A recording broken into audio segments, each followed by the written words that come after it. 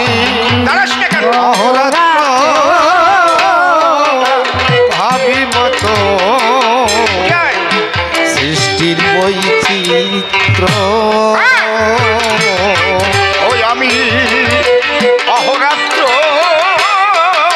ভাবি মাতো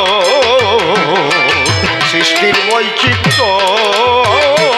ওই আমি অহরাত্র ভাবি মতো সৃষ্টির বৈচিত্র।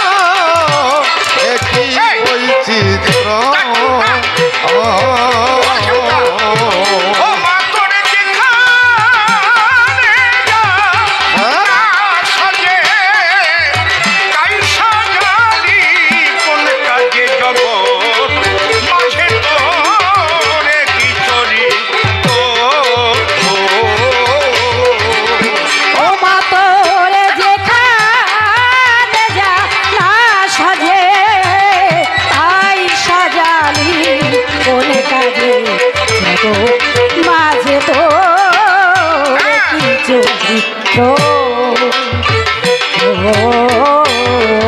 বিশ্ব প্রকৃতির কাছে বলছে, ও মা তুই কৃপা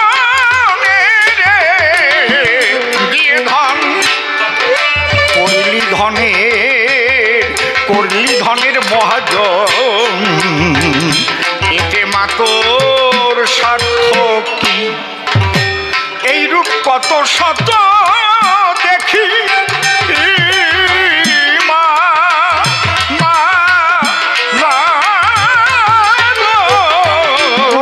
যারা পরহিতে সদা রত,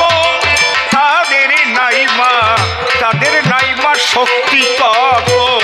দাতার যদি টাকা হতো আমরা সবাই হতাম সুখী। মা তুই কৃপণে রে, ও মা তুই কৃপা দিয়ে ধন করলি ধনে মহাজন, এতে মাতো স্বার্থ কি? ওইরূপ কত শত দেখি মা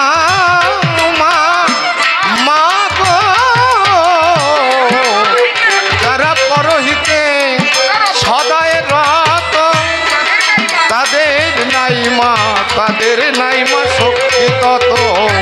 গাতার যদি টাকা হতো সবাই হতাম সুখী।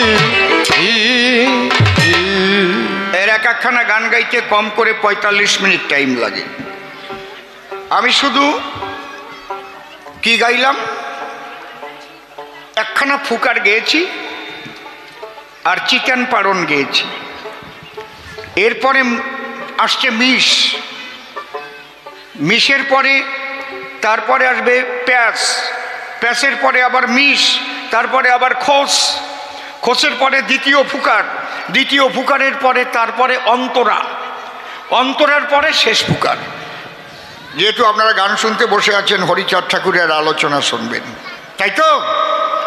এখন শ্রদ্ধেয় বিরাটবাবু বলেছেন, ওনার কথা আমি রেখেছি। আর উনি যে গানটা শুনতে চেয়েছেন, দেশের মাটি শেষের প্রণাম নিয়েও, এ বড় ব্যথার গান। এই গানটা লিখেছিলেন আমার গুরুদেব, কবিগুরু প্রয়াত শ্রদ্ধেয় রসিকলাল সরকার মহাশয়। সে খুব করুণ কাহিনী। আমার গানটা সম্পূর্ণ মনে নেই, আমি দুটো একটা পদ গেয়ে ওনার সম্মানটা রাখছি। আমি তারপরে আমি ঠাকুরের আলোচনার মধ্যে